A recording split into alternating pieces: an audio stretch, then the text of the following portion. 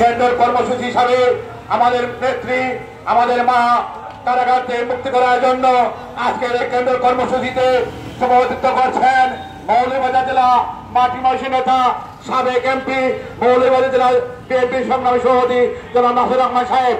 উপস্থিত আছেন ছাত্র দলের নেতৃবৃন্দ, মহিলা দলের নেতৃবৃন্দ, সবাইকে আমার প্রাণপ্রিয় সংগঠন জাতীয়তাবাদী যুব দলের পক্ষ থেকে রক্তিম লালকের শুভেচ্ছা অভিনন্দন। সংগ্রামী ভাইয়েরা, আপনারা জানেন এই আওয়ামী লীগ বাকশালী সরকার ক্ষমতায় আসার পর দেশের মানুষকে কিভাবে আজকে নির্যাতন করতেছে। আমাদের প্রাণপ্রিয় নেত্রী তিনবারের প্রধানমন্ত্রী আজকে সুচিকিৎসা পাচ্ছেন না। ওনার সুচিকিৎসার দাবিতে, ওনার মুক্তির দাবিতে আজকে আমাদের কর্মসূচি। আমি একটি কথা বলতে চাই, আমাদের কেন্দ্রীয় নেতৃবৃন্দ যে কর্মসূচি দিবেন, আমরা রাজপথে থেকে আমাদের নেত্রীকে মুক্তি করে, এই সরকারকে বিতাড়িত করে, এই বাকশালী সরকারকে বিতাড়িত করে, এই বুর্জোই সরকারকে বিতাড়িত করে আমাদের নেত্রী, আমাদের মাকে রাজপথে নিয়ে আবার আন্দোলন সংগ্রাম করে এই সরকারকে বিতাড়িত করবো, এই আশাবান রেখে আমার সংক্ষিপ্ত বক্তব্য এখানে শেষ করছি। আসসালামু আলাইকুম রহমতুল্লাহি ওয়া বারাকাতুহু।